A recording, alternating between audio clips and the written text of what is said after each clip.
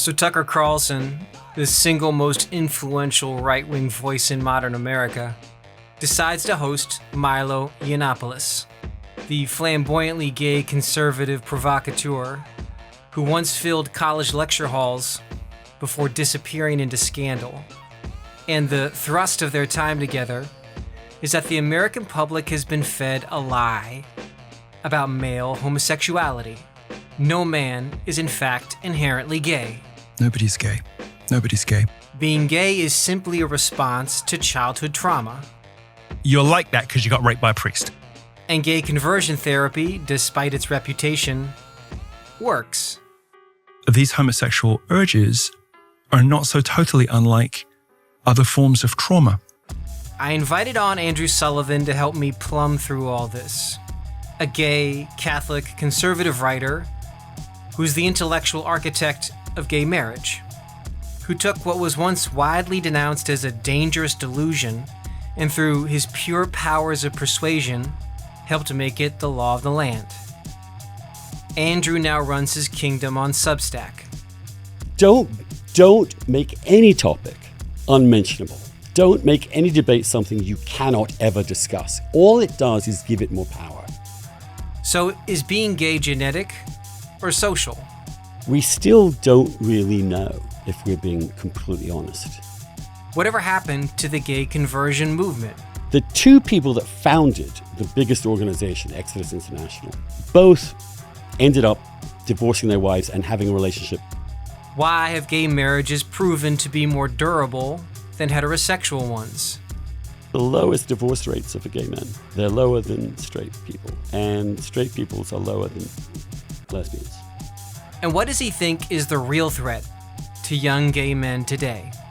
Yeah, your generation had to suffer through institutional oppression in a way that they'll never know. Yes, except they now have to suffer from fucking left-wing indoctrination, which is going to fuck them up in a different way. I'm happy with what we have. We have basically 200,000 total subscribers and 20,000 paid subscribers. That's good money. It's very good money. I need no more than that. I'm fine. We're fine, I should say. You don't feel some aching need in you to maybe impress your dead father with what you've accomplished professionally? Or did you work that out on the Zen retreat? Are the demons out of you already? Because I still got that, man. Yeah. Technically, where we're at now is fine. But I'm gonna go kill shit, but I don't really know why. Yeah, things with my father were resolved by the end, which is I'm very glad to say. Yeah, he kind of he discovered my career late in his life. He had no idea what I was doing until he divorced. I don't know. How could he not care? You tell me. When the sitting president of the United States is saying that he regularly reads you, your father is apathetic about your professional accomplishments? I never told my dad that. You know, he doesn't know that.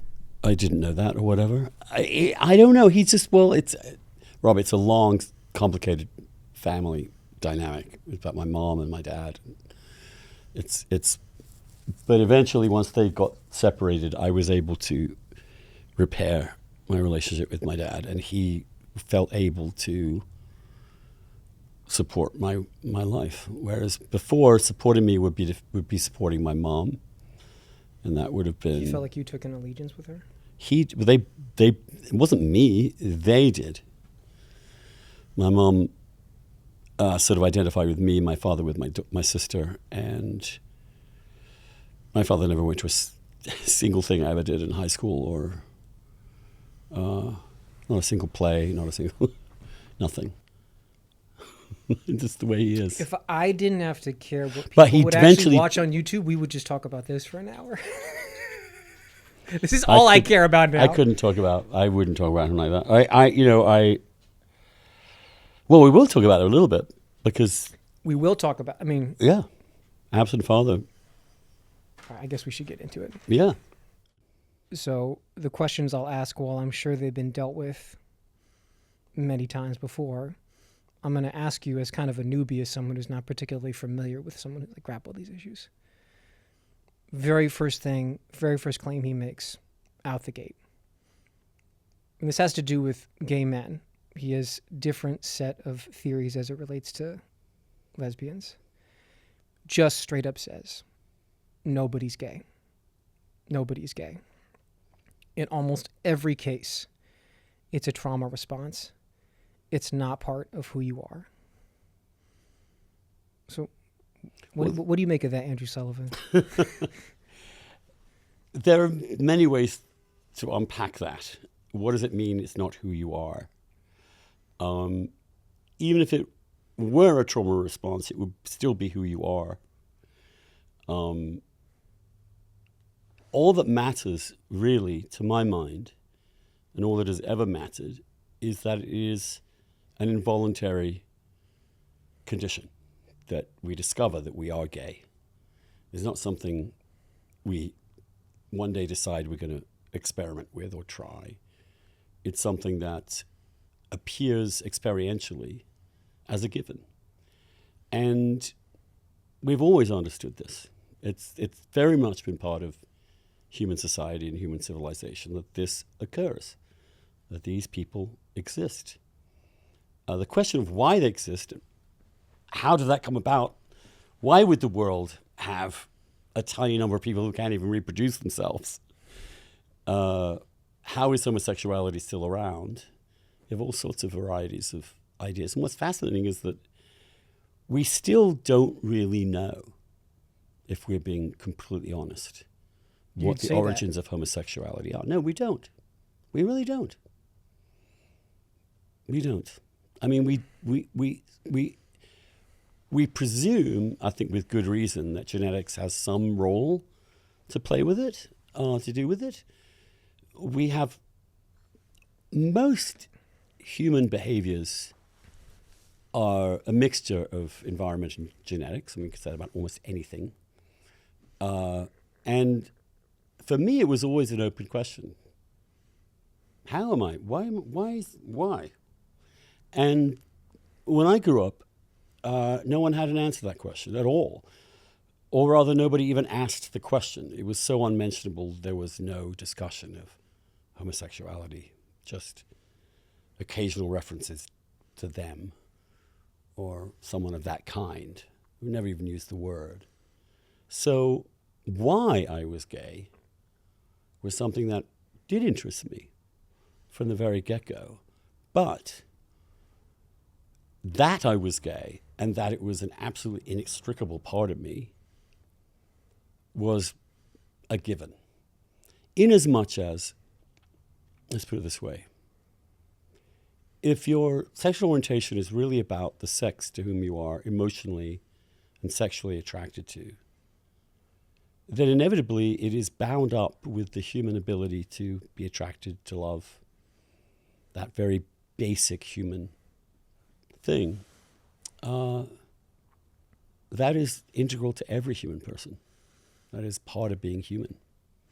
And to be aware that you are able to love or inclined to love people of the same sex rather than people of the opposite sex in an emotional and sexual way.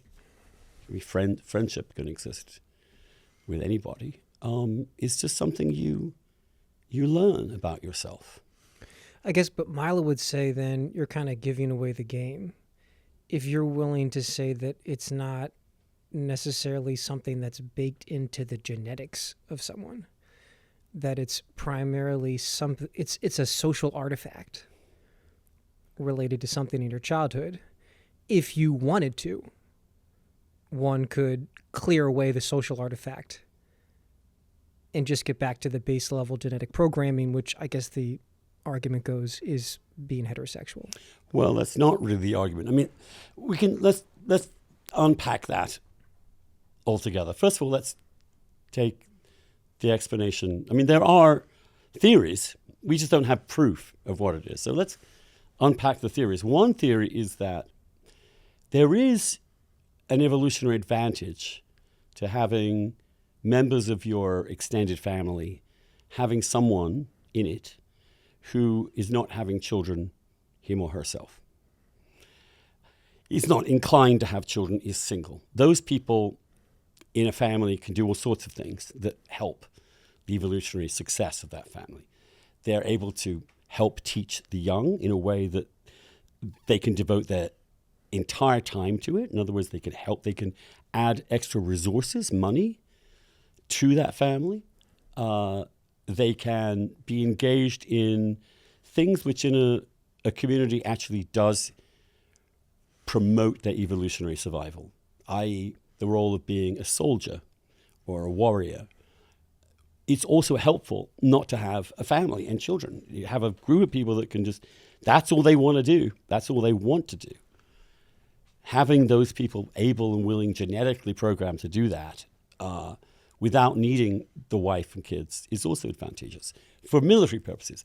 There are also arguments that, in fact, the existence of the surplus male, let's put it that way, we talk about male homosexuality at this point, the surplus male who seems to be attracted to other men, also liberates those men to take care of the next generation secondhand. In other words, education. Or religion is the other enormous role that gay people have played in the part.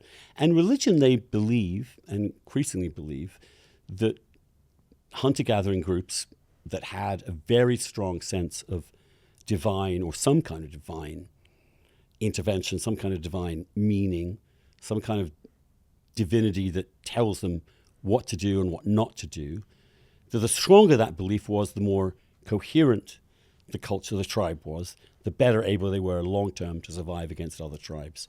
So there are arguments from evolution that it was about advantageous to the kinship group, advantageous to the community at large to have a few extra males hanging out, to both add extra resources to the next generation, both within their own families. But this idea that your mom, overbearing mom, excluded you, dominated you, and banished male influences from your life, and therefore you kind of adapted internally her identity, not your dad's, and therefore became emotionally and sexually attracted to men, is, I mean, it's a possible theory. So who first came up with this? Well, Freud, actually, who's very interesting on this question. You go back to Freud, and he does think there is some kind of dynamic between parents and the kid that could affect the kid becoming homosexual. And this is the basis, these few papers that Freud wrote, not very many, are the basis of the reparative therapy movement that took off in the mid-20th century, essentially, after Freud. Now, the key thing, I was fascinated by this question. So I sat down and read Freud, and then read as much as I could of the actual papers and studies of the what's called reparative therapists. By reparative therapy, they mean they can give you psychotherapy that turns you straight. They can cure you of being gay. Well, the first problem with that is Freud himself.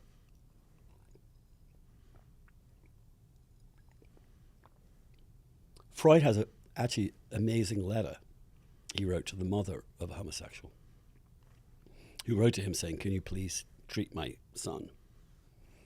And he wrote back to her to say, "Of course, I'm happy to treat your son, but I do need to make it clear to you that there is no way that he's going to change being a homosexual.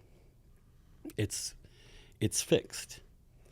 Insofar as he believed there was a potential environmental influence in creating it, it was all over by the age of 3. Oh. That it's very early dynamics that they think between the mom and dad and the kid that they think might have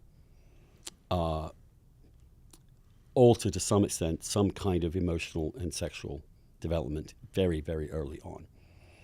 Freud did not believe that gay people could be cured or changed.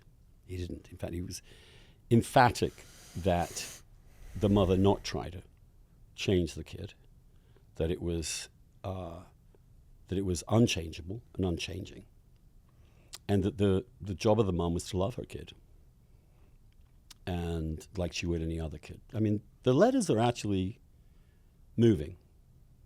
Freud was a really fascinating human being, and tackled this topic with his usual sort of imagination, but also dispassionate. He was not trying to cure or champion homosexuality. He was just observing it. So I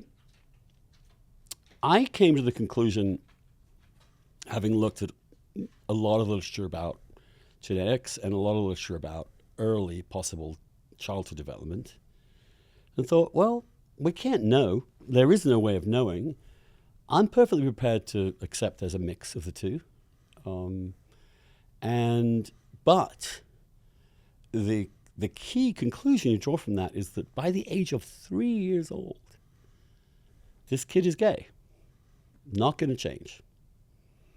That even if it is an environmental effect, it is nothing to do with, nothing can be done about it after the age of around 3. And how it was created in these early years is also really hard to determine.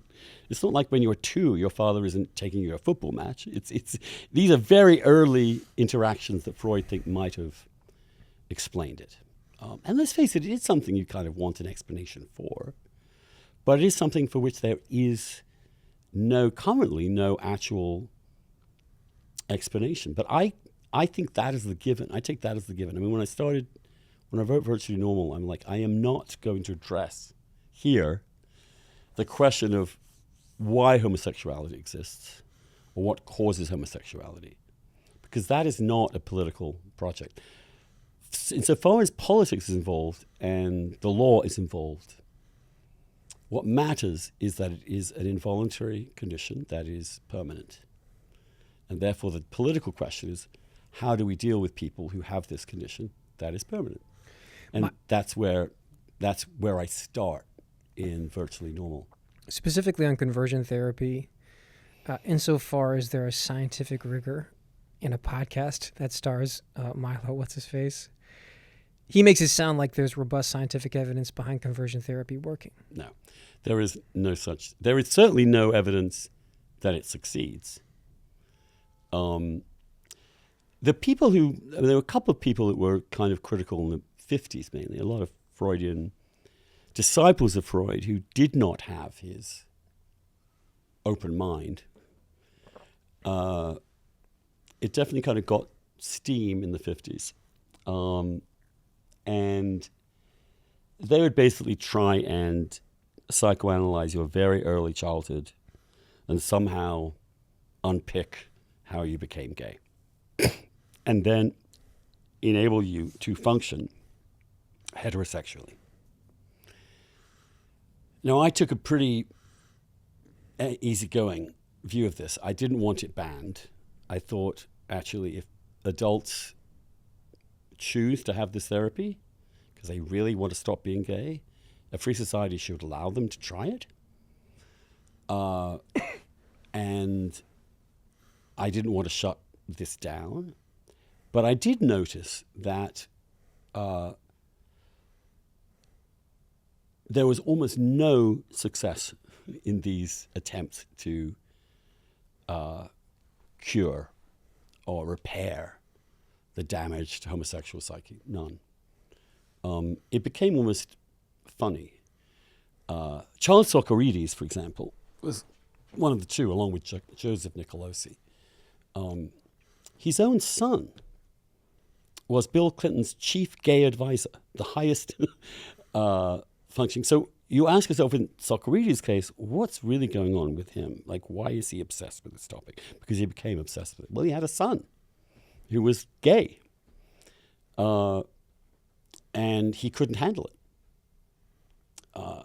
And that's one reason some of this stuff, I think, took place. The other thing is that there are, and have been in the past, lots of gay people who really don't want to be gay because it's tough. It's not the easiest life. It could be, or they have religious convictions that require them not to practice being gay and want to stop being gay. But all the literature, all the studies show this basically doesn't succeed. The two people that founded the biggest organization, Exodus International, to propagate reparative therapy across the globe, both ended up divorcing their wives and having a relationship, two men together. Another major leader, a man called John Polk, was also discovered at JR's, a gay bar in DC, that it became such a joke that these people, I remember Bill Kristol decided he needed these people if we were going to turn back gay marriage, that he thought, and I think correctly, that once it had been established that gay people just exist, you can't cure them, then obviously the civil rights argument that I was making would win the day. Unless you stopped them at the root and said, this is an illness, is a disease that needs to be cured. Kristol organized a conference at Georgetown, which included, if I recall correctly, Nicolosi was there. I think Zuckery was there, but I went, I watched this. And all I can tell you is that the audience had a lot of ex-gays. They were all gay as fuck. I mean, it's not even funny how gay they were. They were stereotypically gay. So you just, eventually when I read all the literature, and I read it quite carefully, I was really curious. I wanted to see what was in it.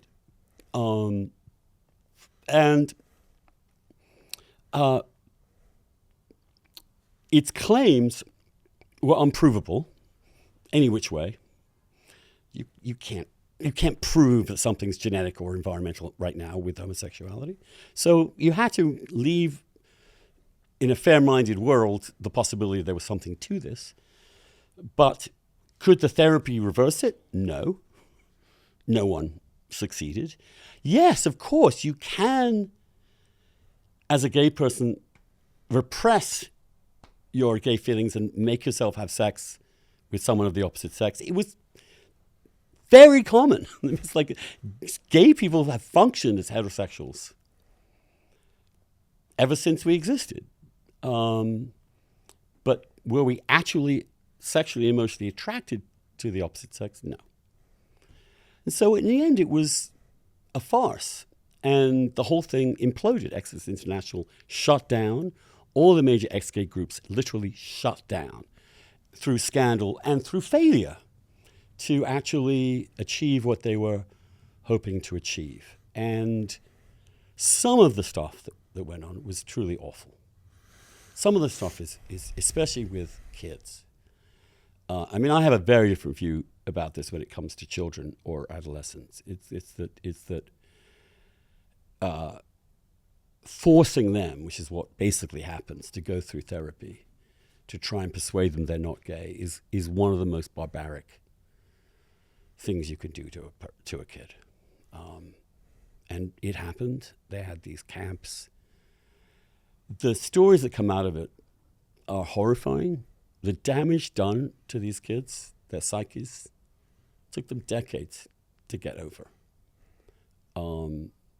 You can fuck gay kids up very badly, and then they end up living disordered, dysfunctional lives, and you ask yourself, well, it's because they're gay. Well, no, it's because they've been also subjected to this grueling hazing as children. And to no avail. It just doesn't work. So all these organizations that tried to do it shut down. This whole thing is, in many ways at this point, over as a debate. Whether this stuff works. No one does it anymore. No one, as far as I can see. So Milo is, I mean, this is, you can see why you have to go there. Because if you can't, then yes, we're human beings made in the image of God. Yes, we love and have sexual attraction the way that straight people do, so therefore we have the right to marry. Yes, we are not fucked up. We are mentally and psychologically secure and stable. We can serve in the military. We can do any job. We can function in society. But if we're sick and the model is disease, then all that can be forestalled. And that's what you have to do. And the fascinating thing also is that the authority that Milo also appeals to, which is the Holy Roman Catholic Church, itself,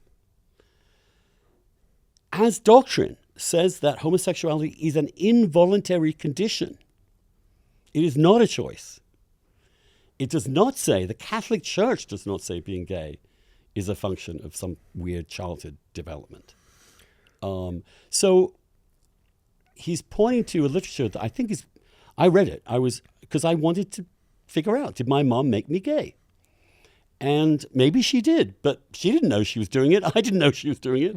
My dad didn't know she was doing it. And it all happened by the time I was 3. So what do you want to do with that?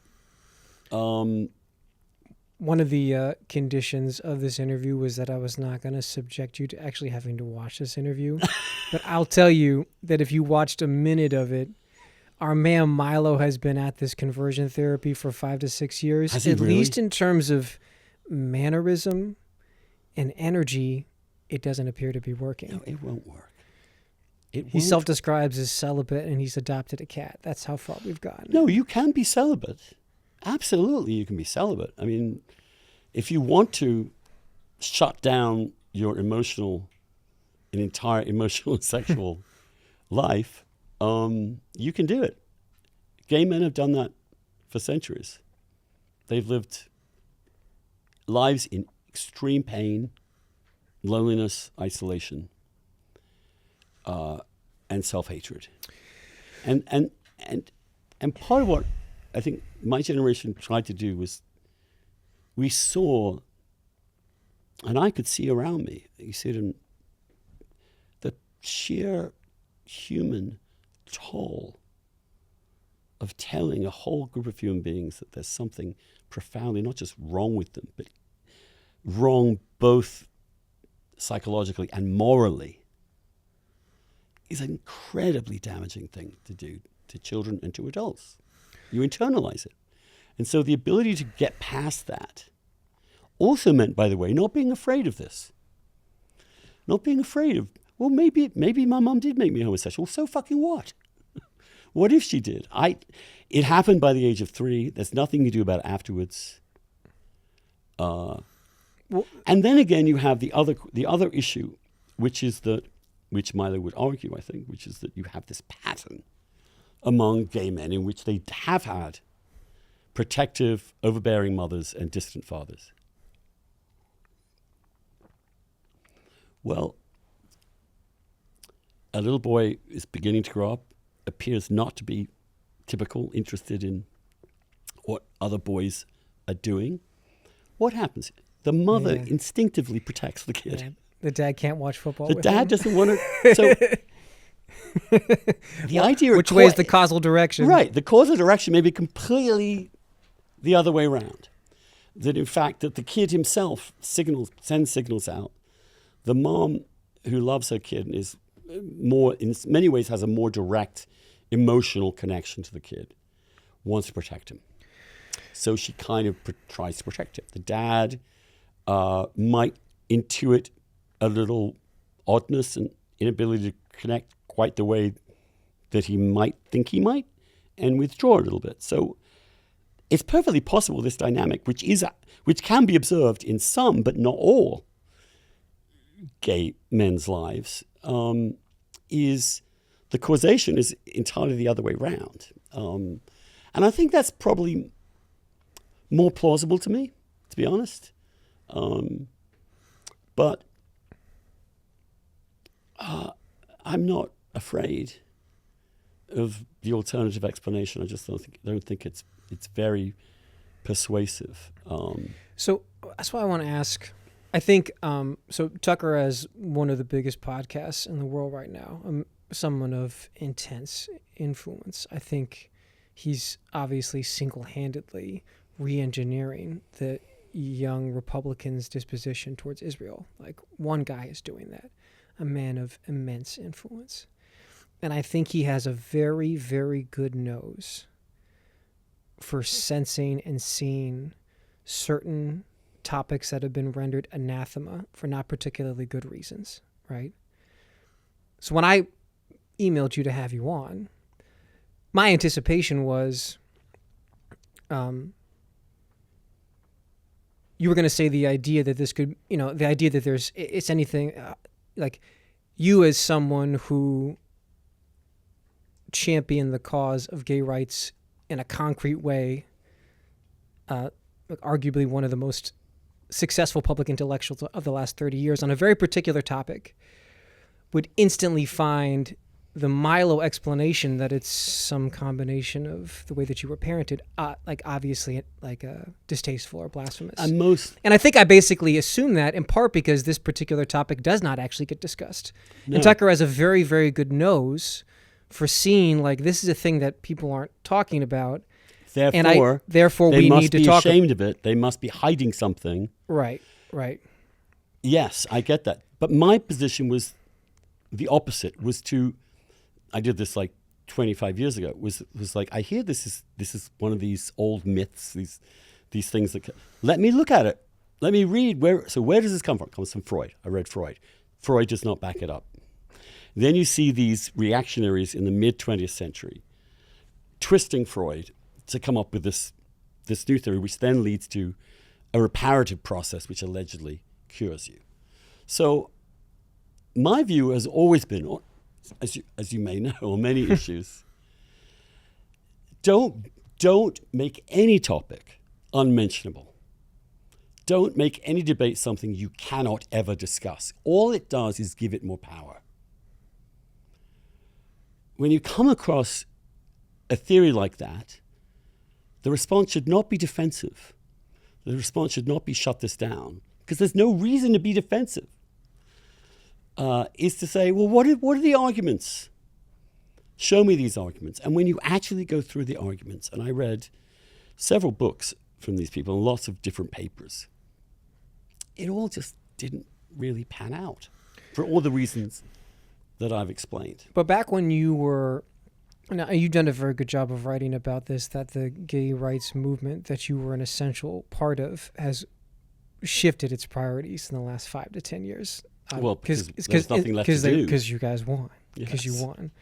But back when it was an open question as to whether or not it would be successful, and you'd successfully advocate for gay marriage, were the other people that were in your circles that were also part of this mission trying to get gay marriage, did they consider it anathema to be diving into these questions? Yes. They thought if the answer is that being gay has some large or maybe entire environmental component to it, that somehow undermines this greater political project that you're engaged in. That was the idea. That was the sense, we've got to suppress this. This isn't true. This can't be true. Well, why can't it be true is my position. There's a possibility, and humans are complicated, and the idea there was a period where there's a gene for homosexuality. There was a cover story in The Atlantic, I remember. Chandler Burr wrote it, The Gay Gene. And the truth is they have found some genetic variations that seem to correlate with homosexuality. But my view about almost every human behavior is that it's both. In other words, it would be very strange for me to think that being gay was entirely genetic. Because I don't really believe that about almost any other human characteristic. I don't. We're complex beings. So my view about that was rather than actually suppressing it, write a whole fucking book about it, which I did. The second chapter of Love Undetectable is called Virtually Abnormal. And it is a study of these therapies and these treatments and these theories. And I think I recommend it if you want to read it. It's you can get it on Amazon. And I came to the conclusion that if it were true, and it can't be proven, remember, these are things that you can't demonstrate, then what mattered was that it was done by the age of 3.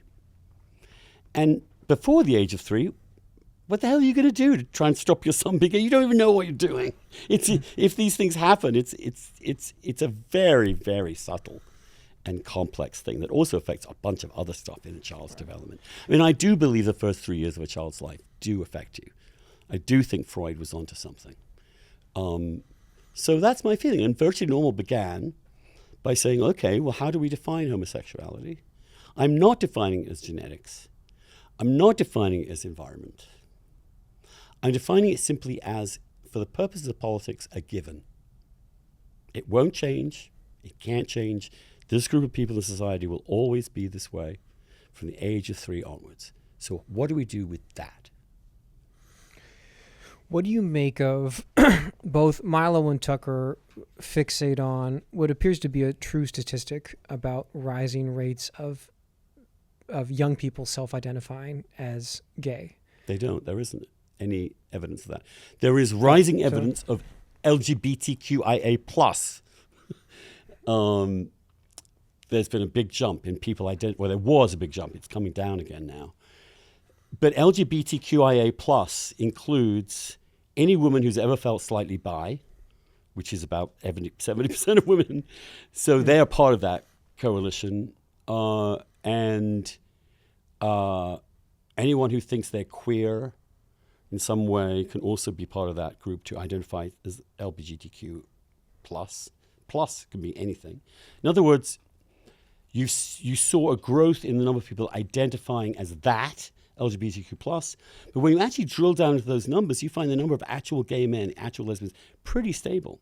What you do see is big increases in identification of bisexuality, of queer, and other aspects. But the actual prevalence of gay men, of same-sex behavior, is basically around 2%, 2 to 3%, and it's not changing much. Now, society can, as you know, we've had this fantastic evolution in attitudes towards it. So other people may want to feel hip now and cool. I'm a queer person, says the married woman with 3 kids in the suburbs because she dyed her hair blue. And if you look at the LGBTQ+ population, I think 40% of it are women in heterosexual relationships. So these numbers are all kind of, I think, bullshit. And we're also seeing trans numbers. That was obviously, at least the growth in it was obviously a function of social contagion as opposed to being actually trans, which shows you, well, I don't think there's not a social contagion of homosexuality. Certainly not among men. There isn't. Men and women are very different, by the way. I mean, let's be clear about that women, straight and gay, have a much more flexible and emotionally driven sexual, for all sorts of reasons, obvious, evolutionary and all that sort of. Men, much more visceral, physical, and that's much harder to change. You're either turned on by something or you're not. Most men know that. They know that most straight men know if they look at a dick, it's just. But if they look at the alternative, they'll be, and that's really all there is to this. So I think there's nothing to be afraid of. I think it's possible. But I also think that when you think of the protective mother, distant father, you can see that dynamic, first of all, in gazillions of situations where kids grow up straight. You know how many boys have grown up with a distant father and a close mother who turn out to be heterosexual? 80% of them. The fact that 20% turn out to be gay is not that particularly salient. But I also think, as I said before, that the causation could be entirely the opposite way around. It could be just that.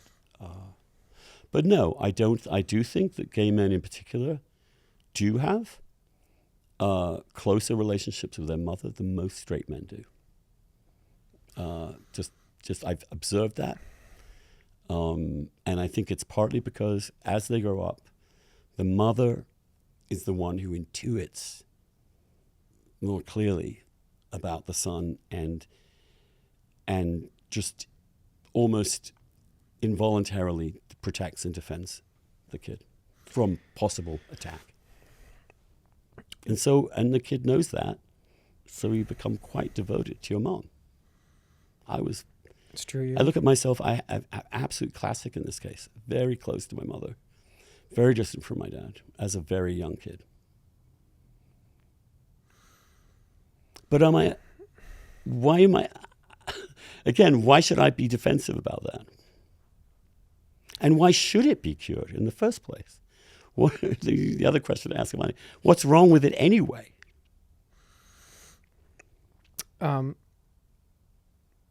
Well, I think the Milo Tucker line is that some as yet identified cabal between like Democrats, Monsanto, private equity, and like Purdue Pharmaceutical and Israel is actively waging a campaign to cause the death of America. That the ruling class of elites despises the people of America. They want to spend all their money in Israel and snatch up all their homes in massive private equity deals.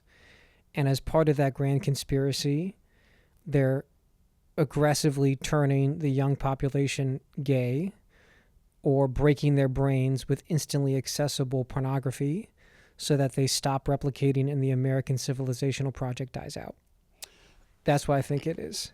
Well, have you considered that? Yes, I have considered that.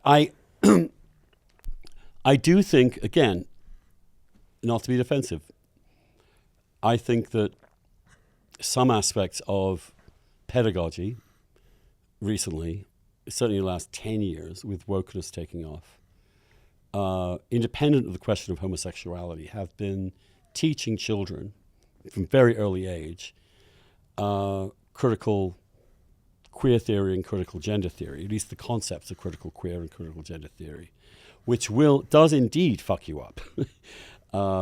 They're telling children that whether they're a boy or a girl is a choice, and that they get to pick that at some point if they want to, and that it's that's the process. They're telling you that everyone has a gender identity, including straight people. Not that they're aware of, they don't.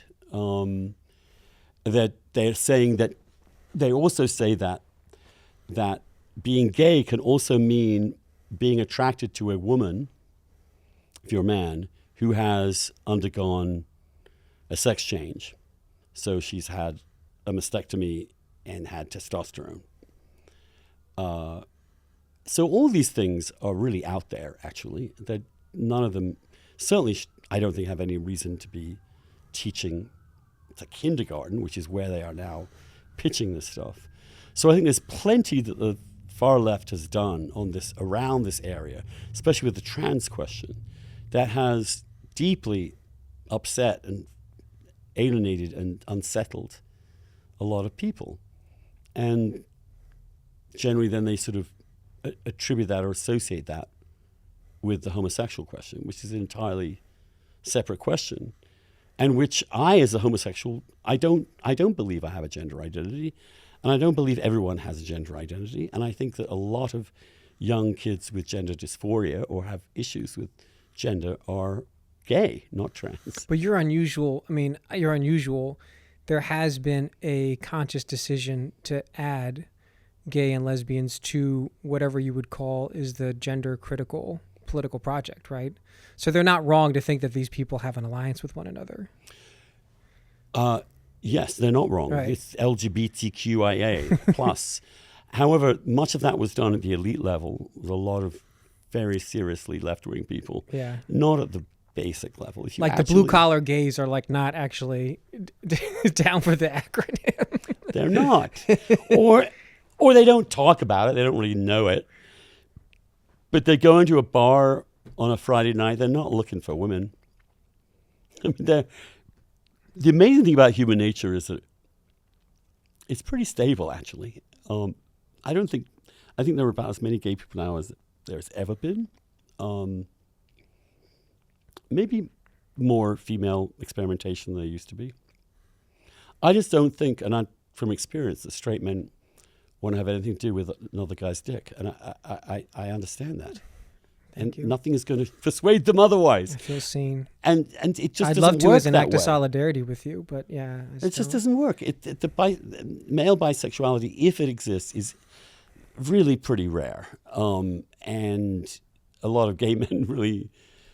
Female sexuality is a much more complicated and interesting and sophisticated thing. And lesbianism can have all sorts of... Women can fall in love with anything, basically. But not men. We're tits and ass, or we're dick and ass. I mean, I could show you on an app, Sniffies, which is the cutting edge gay male app for finding dudes to have sex with. It's not Grindr anymore. It's not Grindr. Grindr is Grindr is the polite form. This is your basic. All you see, it's a map, and you have people popping up all over on the map. You see where they are. Just dicks or assholes. That's all it is? So we just see dicks and assholes everywhere. We're walking down the street. Boop, dick, dick, dick, dick, dick. Why? Because that's what men are. We are Any foul biographical information, pigs. like anything about their hopes or their dreams or their favorite movie? No, more on the lines of, I want a big one. I don't want a small one. I want to pound some. I mean, all the stuff that men talk about at their worst. When I say at their worst, at their most visceral and real. And that's... unconstrained by the feminine. They're not talking about being queer. They're not talking about LGBTQIA+. They're talking about getting laid with other dudes. And at some level, that is what a lot of gay life has been, always will be. I have a serious question, but just on the mechanics of it. You're saying for Sniffies, Yes. if one logs into it, how quickly can you have access to one of these preferred... Like, is it the kind of thing that if you identified it and they like what you're rocking with, you guys can meet each other in like 30 minutes kind of thing? 30 seconds if you're next door, yes. Right. No pillow talk, nothing. No, not necessary. No. Don't have to get them a cocktail. Not even that. They don't want it. Maybe no direct eye contact. No, they will say, ass up. They'll leave the door open. Their ass will be up in the air. You come in, fuck them, leave. Maybe not even clean up. We're good money. Everybody's clean up. No, I mean, that's what men are. I mean, if straight women were prepared to be ass up like that and have strange men walk into apartments and fuck them, straight men would be all down for that, for fuck's sake. Let's not hesitate. And the conversation I have with straight dudes is generally about the envy they have, how easy it is for gay guys to have sex with whoever they want. Do you think, I actually don't know, as someone I don't know what you think about this. When you were fighting for gay marriage, gay equality, the reality of unconstrained gay sexual rapaciousness and a seemingly limitless appetite for an infinite number of partners. That's male, not gay. That's male. Male. Constrained. If that somehow rendered this particular kind of person unsuitable for the institution of marriage. I don't actually know what your response is to that. Well, my response to that would be the following, which is that, first of all, not everyone is like that. Not every gay man is horny all the time. And relationships have existed. Gay male relationships. Long-term monogamous gay relationships? Maybe not long-term monogamous, no, but long-term. One of the interesting things you found out since gay marriage happened is the lowest divorce rates are for gay men. They're lower than straight people. And straight people's are lower than lesbians. Which is an interesting... What's your theory for why that is? It's very easy. Gay guys are less emotionally bound up in a marriage, that the sex is there, but after a while it peters out. In a male-male relationship, after several years, when you're not really turned on anymore, you can have You can have affairs, as it were, or trysts outside of your marriage, and the partner accepts it and maybe given permission to do it himself within limits. But also it's because... In other words, they're able to negotiate infidelity, as it were. And in fact, don't understand it as infidelity in as much as they're still totally committed to the person. They live with them. Their finances are connected. They are emotionally... Everyone they have sex with outside is understood to be on the side, as it were. And those relationships actually turn out to be quite durable. More durable than if you seek more emotional commitment from them. And women do. Women want more. They want security. They want exclusivity. They want real concern. They want real monopoly of your interest and love for good reasons. They're going to have to maybe someday bring up children, and you need a man to be there with all those qualities. You do that as well as you possibly can. Now you put two women together with both of those needs. They're demanding way too much of each other than they could possibly, and so they break up after a while. And that's what happens with lesbians. So it's complicated. But my point is that sexual promiscuity, let's use that word, is certainly not a gay male prerogative. It's a male prerogative. We just fucking be reading all the Epstein papers. I mean, the talk of pussy in that, in those emails is really quite striking, right? Yeah. So it's not about being gay. It's about being male. There's no if one's you want a talking about sniffies type relationship with a woman, you got to get Epstein to arrange that for you, kind of thing. Isn't that what? That's basically what it is, right? If you're Bill Gates, maybe not a lot of game, but you just want it to be a very clear transactional sexual. I guess that's part of the thing with Epstein. I'm just thinking about the general banter and the general thinking about women as sexual objects, which is they want to have that, but they also want to have a wife and an official life. Look, I'm not telling you. I mean, this is the story of humanity from the get-go. All I'm saying is that men are terrible when it comes to sex in terms of their horniness, women less so. That means that lesbian culture, we certainly won't have any major STD outbreaks among lesbians. In fact, you have the rather crippling, what they call lesbian bed death, which is of relationships that become so intertangled and emotionally sticky that it becomes unbearable for both, or they can't live up to their own standards, or they can't get to where they want to be, and it breaks down. Gay men investing less tend to last longer. Straight guys and straight women, they have the extraordinary heterosexual paradox of two complementary but incredibly different types getting together to create new life. We don't have that. But again, I don't see why. You could make the argument that because men are horny, and if you take women out of the equation altogether, you're taking out the biggest check and restraint on their sexual desire. So you're going to inevitably have an all-male subculture that's going to be a lot more sexually compulsive than any other culture in the country, Right. by virtue of its masculinity. What would you see, when you look at that? You think these are the people that most need some kind of institution to check it, some kind of thing to prevent them from hurting themselves with too much of this.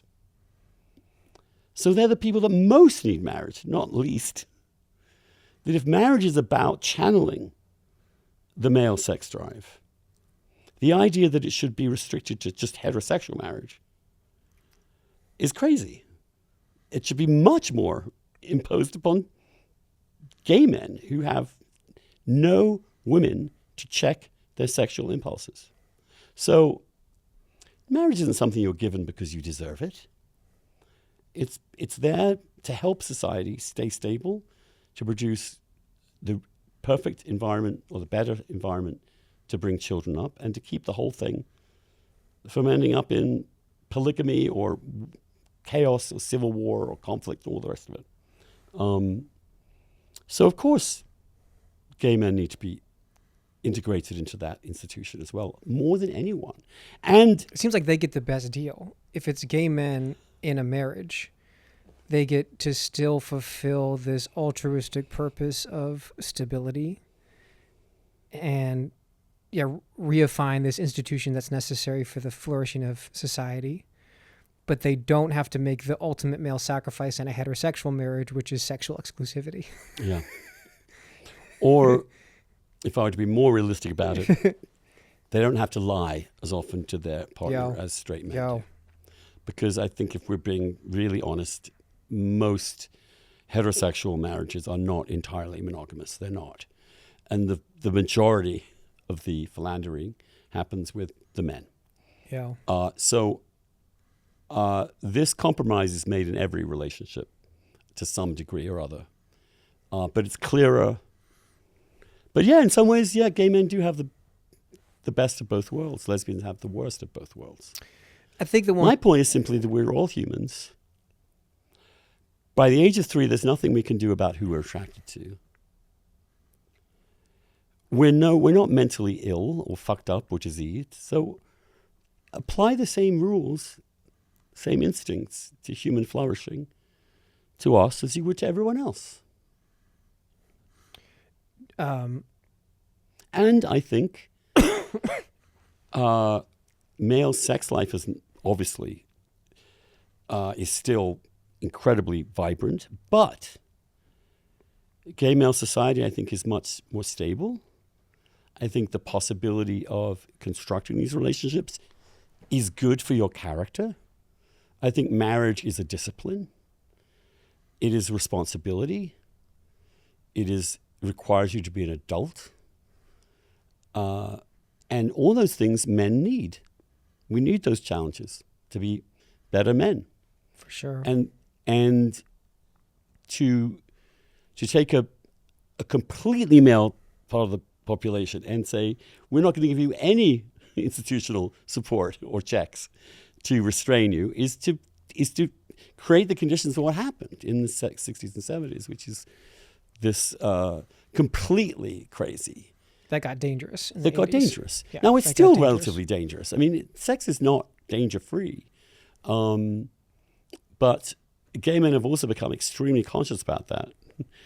The medication, they even have doxypep now, which is a thing that you take instantly after you might have had an unsafe, just for bacterial reasons. In other words, it can be figured out. But with Milo and those people with this sort of retrograde homophobia in a way, and that's what it is. My view has always been, equally with things like all other stereotypes, is, is it true? That's the first question. Is it true? And we don't know is the only answer to that, honestly. We don't know why some people are gay and some people aren't. We don't really.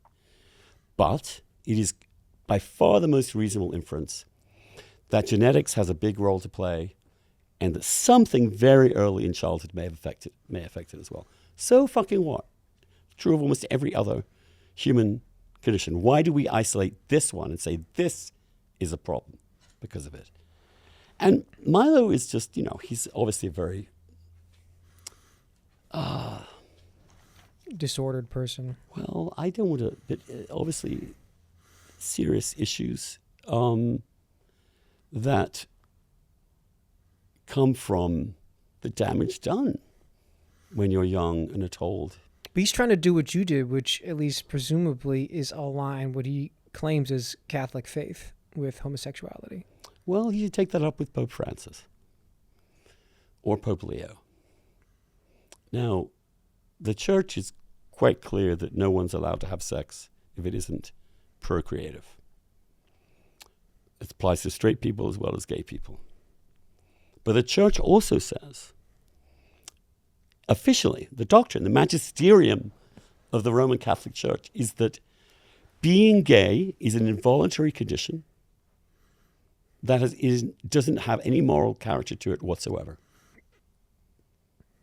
And that, in fact, gay people who seek and want to be closer to Christ, who want to be part of the church, are welcome.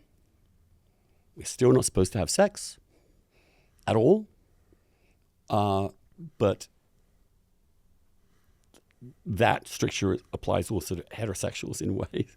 How do you find that satisfying? But Milo's position, which has been undercut by the church itself, that since 1975, really, I mean, you could argue before 1200, but leaving that question aside, by 1975 had resolved this, that it's an involuntary, neutral condition, is not moral in and of itself.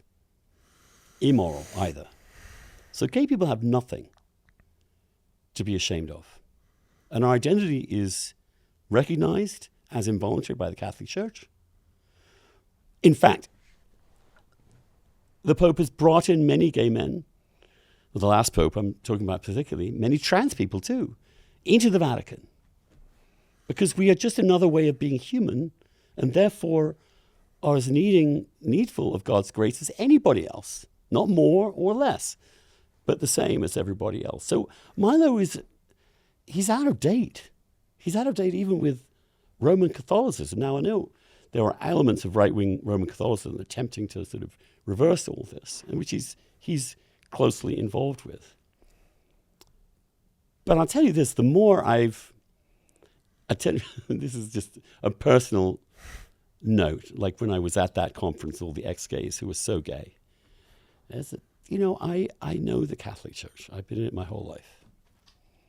The ones who are most obsessed with this topic and most want to are clearly struggling with their own orientation. I would say to Milo, talk to God. But you're saying the formal Catholic policy is still, it's an involuntary condition, but we're recommending you no sex not ever. Act on what's a primal, basic, pure human urge. That's the way they've decided to integrate you. Yes.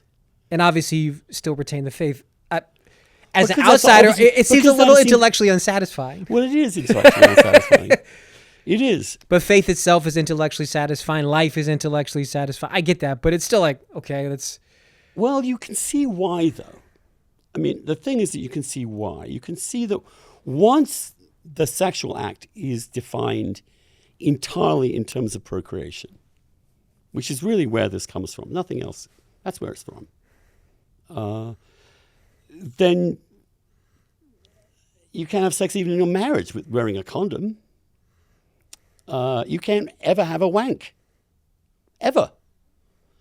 Obviously, we do. Because we have created these ridiculously sexual beings. We produce more sperm than we could even begin to contemplate. Yeah. When you're a teenager going through this, it's just, I'm sorry, but this isn't in my control at all right? So I think in reality, the Catholic Church has always understood that. And reality, we're there. And I think they're wrong about the procreation argument. I really do think they are. They've made it more sophisticated. It also has to now be, sex is also about love and commitment and all that. It's not just this sort of reproductive thing. Obviously, they allow for non-procreative sex when a woman is pregnant. There are lots of, they allow for non-procreative sex once you've gone through menopause. So there are lots of exceptions that they make to this, which they do not make for homosexuals, but which if you did apply those rules to homosexuals for pretty much the same reason. So for example, a woman can't be procreative after menopause. It's not her fault. It's an involuntary condition. She's still allowed to have sex. But it's not his fault that he's gay. The sex cannot be procreative, but it's not his fault. If it's within the context of a loving relationship or a commitment, what's the difference? I think that's what Pope Francis was getting at. Now, obviously, the church is not going to bless sniffies in a million years, nor should it, right? I don't think it's clearly a sin in some ways to lose yourself in sensuality, or to see another person not as a person but as a dick, which is what you're doing for those transactional moments. That is dehumanizing him and you. It is violating the dignity of the human body in a way as the church would understand it. But sex itself, I think, can easily be constructed within a stable relationship as a gay thing and be welcomed in the church the way they would welcome and do welcome straight families which have 2 kids, which are clearly violating the exact same doctrine every day, every week, all the time. So if I'm not doing anything more sinful than if my mother were to take the pill, then I think singling me out for particular moral condemnation because of this is inappropriate. And in real life, which Milo is not that in contact with, we let this continue. We let this be because we're humans. We're broken. And I would just simply say the following also, that I do think it's important for gay people not to be afraid of ourselves, not to be afraid of why we may be gay. It may, in our very early years, have something to do with this ancient slur, in a way, smear, because a mother dominating a son is kind of a bad thing. And you ask yourself, why? Why isn't a mother's love a mother instinctively protecting her son from harm? Because she fears this soul is a little different than maybe her other son or whatever. That's a beautiful, beautiful thing. There's nothing wrong with that. And even if she were unconsciously affecting the kid's future orientation, it's a big if, what's wrong with that? So I think we shouldn't be afraid. We should be confident in our humanity. And really, I think the reparative therapy movement, the attempt to sort of, is just this railing against the way God made us. It's putting ourselves in some ways ahead of creation. Okay, last question. We can't end on such a lovely note of universal humanity. I got to drag you back down into petty politicking. So in the podcast, they say that Pete Buttigieg is not actually gay and he did it purely for political strategic reasons. Is that accurate, Andrew Sullivan? Well, I don't know, obviously. This feels like a story you would have looked into.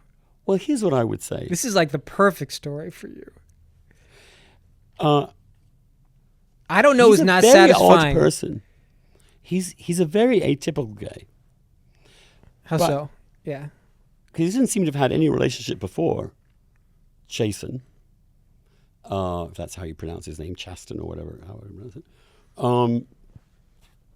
Which is odd, to only have one relationship your entire life. But since he is an incredibly able and talented politician, probably I think the most articulate Democrat in the country in terms of persuading, it is a huge disadvantage for him to be gay. Huge. That's why he has 0% support among blacks. Yeah. The idea that he would do this strategically for ambition is absurd. Absolutely fucking absurd. So, no, my view is that he realized he was gay. He was terrified, probably, of the consequences, especially if he wanted to be political. So he has done what a lot of gay men done and really in the past, he would have married a woman. Now he's marrying a man, which is a big step forward for both Pete and the world. And that's how he squared the circle. And good for him. I hope they're happy. But it's certainly not a very typical gay person. And the other thing I'd say about him is just this, he doesn't seem to have ever faced serious loss, crisis.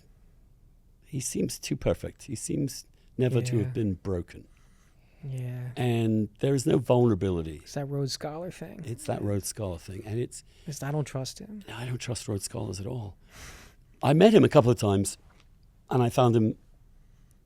Is he fake? Underwhelming. Yeah.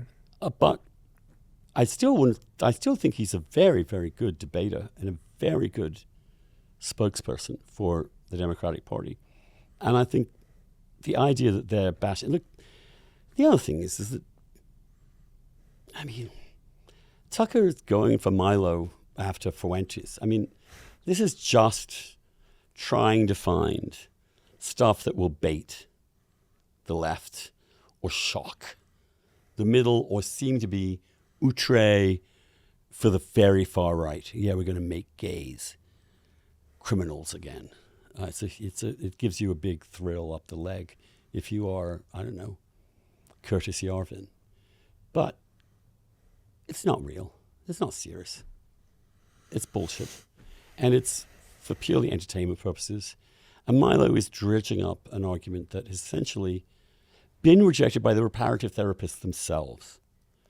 The fact that these organizations shut themselves down after they failed to achieve any of their goals, the fact that this is no longer really being done anywhere, suggests that he's desperate for arguments. He's desperate, I think, to avoid grappling with who he is. And that's internalized fear, which he needs to let go of, in my view. And in my view, Catholicism is about understanding that God loves you, not that God hates you, and that the truth about things is the most important thing. So we should not be afraid of the truth about ourselves.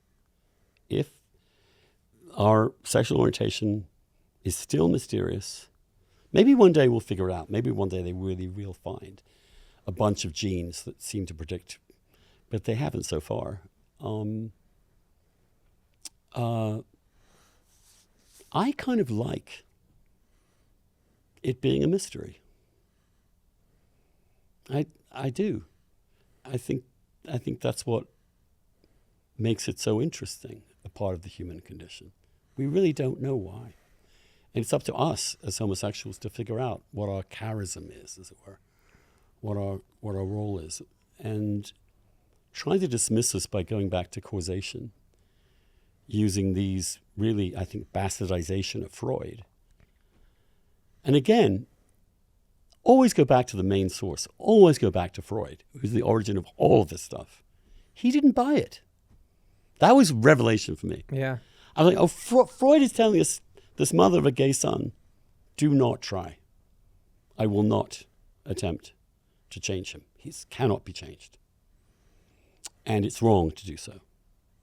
So when they're attempting to do what Freud himself didn't, and when they fail to do it dramatically, publicly, to huge embarrassment as well, the fact that the leaders, imagine the leader of an ex-gay group, the two leaders, eventually after, 15 years say, okay, we're wrong.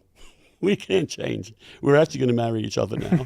It's kind of like almost a ridiculous end. It's the end of an entire argument. And what's Milo got left? Except saying these extremist things. But the one thing he's got left is the ability to bait people into reacting to it. And I'm not taking that bait. I took the bait a long time ago and I dismantled it. And you can go read it. It's Love Undetectable. Yeah. Good book, second chapter, Virtually Abnormal. It ends with Auden. It ends with a poem. Auden's poem In Praise of Limestone. And I don't know whether you ever read that poem, but it's about a particular kind of stone that seems different than others because it's much more malleable. It erodes more quickly. It changes shape. And that's his analogy. I mean, it's you have to read into it, but that's how he sees homosexuality, a part of our geology, part of the human geology, but a particularly porous and flexible one that has a certain role. And he left it in a poem. And my view is that the lack of explanation for homosexuality is something that I am grateful for. So fuck Milo. Fine. And I hope. I was hoping you'd go flamethrower earlier in the fuck interview. Milo, but no, because I think it's much more persuasive not to do that. I feel bad for him. He's obviously miserable, and he's lived a very painful life, and he's still seeking meaning from public adulation of some kind or other. That's by the way, that's also very gay. It is. It's very gay. You're desperate for public acceptance, and because you think you don't deserve anything inside. Your self-esteem has been wounded very, very early, and so you keep trying to make yourself worthy to people. How long did that take you to get over that? Well, I'm not over it. It's still there. Is it diluted? Yes. I mean, I'm able to understand it, deal with it, to try and repair it, but I'm not dumb enough to think it can be removed. No more than I can think my being gay can be removed. But that is the task of every gay man, which is hard. I'm not saying it's easy, is to grapple with it, own it, all of it. Wasn't that more generational? I mean, like gay men now, like if you're 14 and gay, presumably you're not going to have that deep primal wound your entire adult life. Because I hope not. I mean, they shouldn't. The whole point of what we were doing was try and make that. Your generation had to suffer through institutional oppression in a way that they'll never know. Yes, except they now have to suffer from fucking left-wing indoctrination, which is going to fuck them up in a different way. But yeah, no, there are going to be fewer Milos in the future because of the work that some of us did. And that is the one thing that gives me some tiny hope I won't go instantly to hell when I die. I did it for them. So that, because it's too far gone. I mean, there's no way to undo the shame. Really? That was put into me. No. Really? No. Nothing? Yeah. I mean, you can get rid of a lot of it. You can work at it. I don't come off today as someone full of any sort of shame or guilt about being gay, because I'm not. I don't. But I'm naive if I think that the lack of self-esteem that created inside of me did not power a psyche that sought constant need for love and attention in the broader world, because I never got it deep down here. And that's just, there's a very interesting book called The Velvet Rage, which is about the psychology of gay men. It's Best Little Boy in the World syndrome, which Pete Buttigieg has to the nth degree. And some of it's good. Like, I certainly would have done what I've done in my life without that drive to prove to others that I'm not a worthless piece of shit. But deep down, there's still part of me that thinks I am a worthless piece of shit, and I have to acknowledge that. Because of this. this is not what you wanted me to say, is it? It's still interesting. I don't care. It's still interesting. Yeah, but it's not what you want. You're too much Christian charity for these guys. I'm not afraid of them. There's no reason. I mean, why do you care? They're just sad people. Well, it's only. look, it's only if you care insofar as it's influencing political yes, but I evolution don't of the think it country. will. I don't think it is. I think I'm not saying this particular episode, but it's been remarkable what Tucker's been able to do on the question of Israel. It really has profound. It might legitimately impact who the Republicans nominate. Well, that's a very different question than the gay question internally, because so many people know so many gay people. They contest it against their own personal experience of the gay people they know or have been or in their families. So they know this stuff is really out there. Whereas a question about how our foreign policy is directed, obviously able to be reassessed dramatically. But the reality of us, and the fact that most Americans absolutely have no doubt we are who we are. We're not going anywhere. I think a lot of the LGBTQ+ people, the queers, etc., have muddied the waters. Right. A lot. And they've given a lot of ammunition to the far right. But I am not, and I'm worried to some extent. I am worried. I'm honestly, for gay kids today, I'm more worried by the left than the right, to be honest with you. The ideas I think it's the left heads. delivered through the industrial strength mechanism of their smartphones and social media is very... And control of the educational establishment. Less so. Yeah. Curricula. Yeah, but if you think about where the average 12-year-old actually draws their influences from, it's not from their teachers, it's not from their history classes. I think to a certain extent the stuff about the curriculum's overblown. What matters is, where do they take their cues on music? Where do they take their cues on fashion? It's not from their English teacher. It's from other 12-year-olds, right? Yeah, but I may be wrong. I don't have my finger on the pulse of 13-year-olds right now. So that's what I come to you for. Oh, in the Epstein world.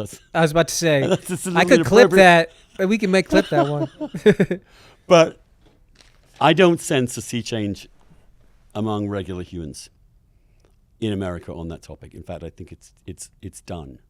Yeah. And I think marriage is done, and I think this stuff is just performance art for money and for the faux appearance of shock value.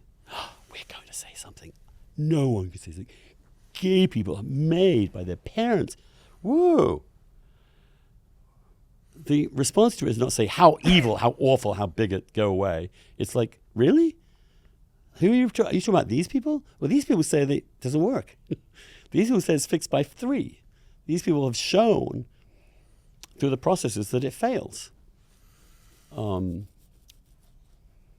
have a slightly more sympathetic reading, and then I'll let you go. Which it's more. I feel like I was a fan of Tucker specifically because of the way he conducted himself over the course of 2020, in which there were 2 large lies which rendered certain topics anathema related to BLM and COVID.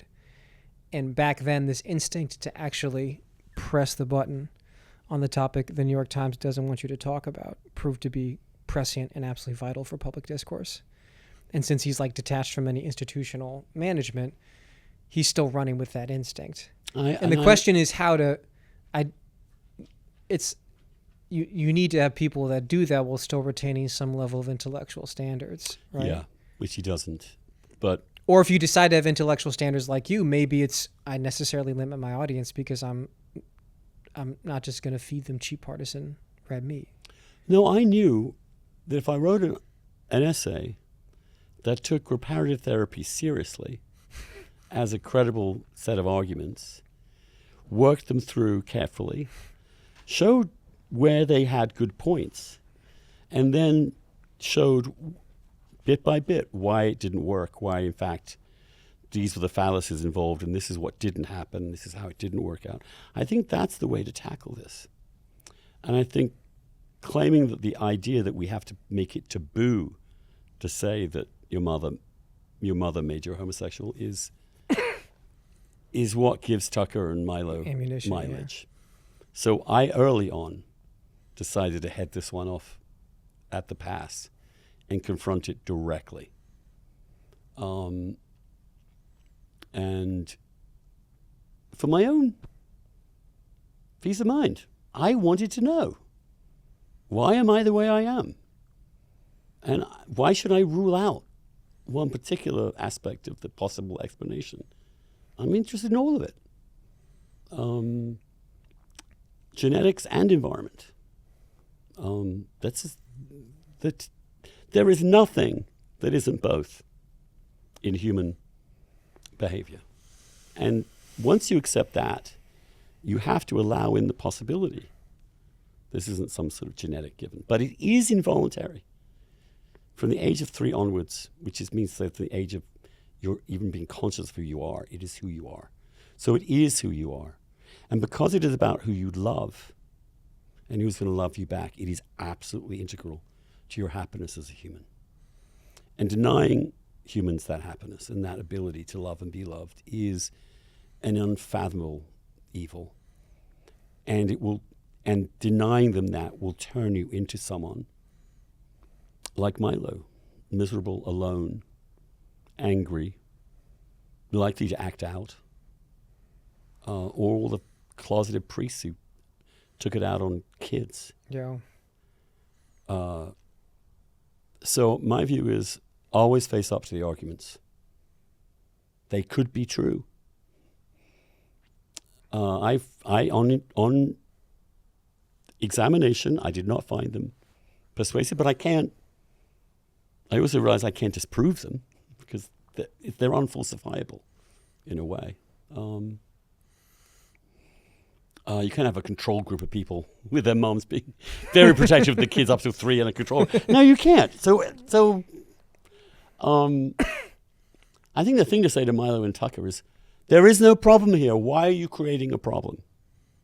Why is this hurting anyone? It isn't. Some of the stuff, like the LGBTQ, well, the gender correct, that's I'm very much against it. It's a totally open debate. But that we are who we are and that we can't do anything about it, and that we deserve to be treated as humans, I think is basically a done deal. Yeah.